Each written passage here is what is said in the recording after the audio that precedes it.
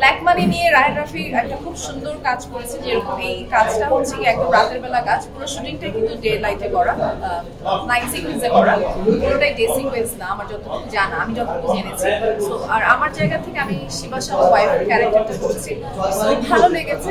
আশা করছি ব্ল্যাক মানিটা সবাই দেখবে এবং ভালো কিছু ইয়ে পাবে, কি বলে কন্টেন্ট পাবে, ভালো কন্টেন্ট পাবে আশা করছি। রায়হান রাফি মানে একটু আলাদা একটা উন্মাদনা কাজ করে সবার মাঝে, সেই জায়গা থেকে মানে কেমন সাড়া পড়তে পারে?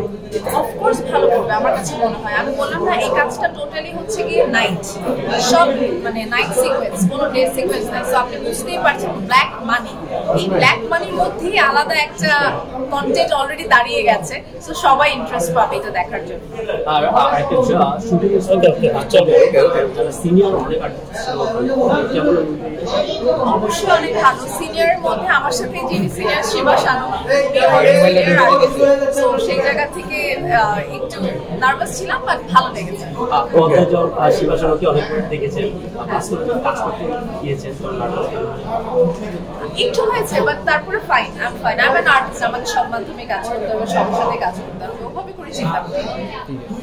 ঠিক আছে, থ্যাংক ইউ। আমি ভিতরে যাই। ও আপনি, আমি এখন সিরিয়াল নিয়ে ব্যস্ত আছি, সিঙ্গেল, আর কিছু কাজের কথা আর নাচের কাজ নিয়ে বিজি। আমি এই 31 নাচের শো নিয়ে সিঙ্গাপুর যাচ্ছি, সো এটা নিয়ে ব্যস্ত আছি। ভাইরাল হয়ে নায়িকা হয়ে যাচ্ছে 2 দিনের জন্যই, পরে কিন্তু আপনারাই দেখছেন হারিয়ে যায়, আপনাদের চোখের সামনে হারিয়ে যায়। আর যারা থাকার তারা আজীবন থাকে। ফ্রেমের দিকে তাকাই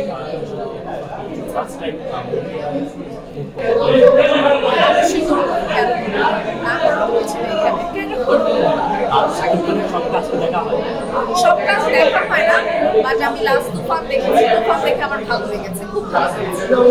সামনে বরবাদ আসছে, বিগ বাজেটে বরবাদ আসছে, বরবাদ কি আর দেখা হবে ঈদে?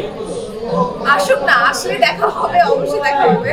তার সাথে কিন্তু নিশো ভাইয়েরও মুভি আসছে একটা, তার সাথে প্রতিদ্বন্দ্বী হয়ে যাচ্ছে শাকিব খানের, সেই বিষয়টা কেমন? কেউই কারোর প্রতিদ্বন্দ্বী না, সাকিব খান সাকিব খানের জায়গায়, নিশো ভাইয়ের জায়গায়।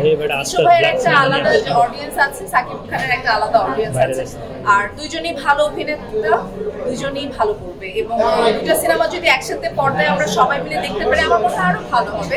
আমরা নতুন কিছু পাবো, সাকিব খানকেও পাবো, নিশো ভাইকেও পাবো, কারণ আমরা অনেকদিন নিশো ভাইকে দেখি না। ব্ল্যাক মানি নিয়ে কার সিনেমা দেখবে? কার সিনেমা দেখবে? ও আচ্ছা, এটা তো বলতে পারছি না, এটা তো সময় আমাকে বলবে যে এই টিকিট আমি আগে পাবো, সেই টিকিটে ছুটে যাবো। আচ্ছা, ব্ল্যাক মানি নিয়ে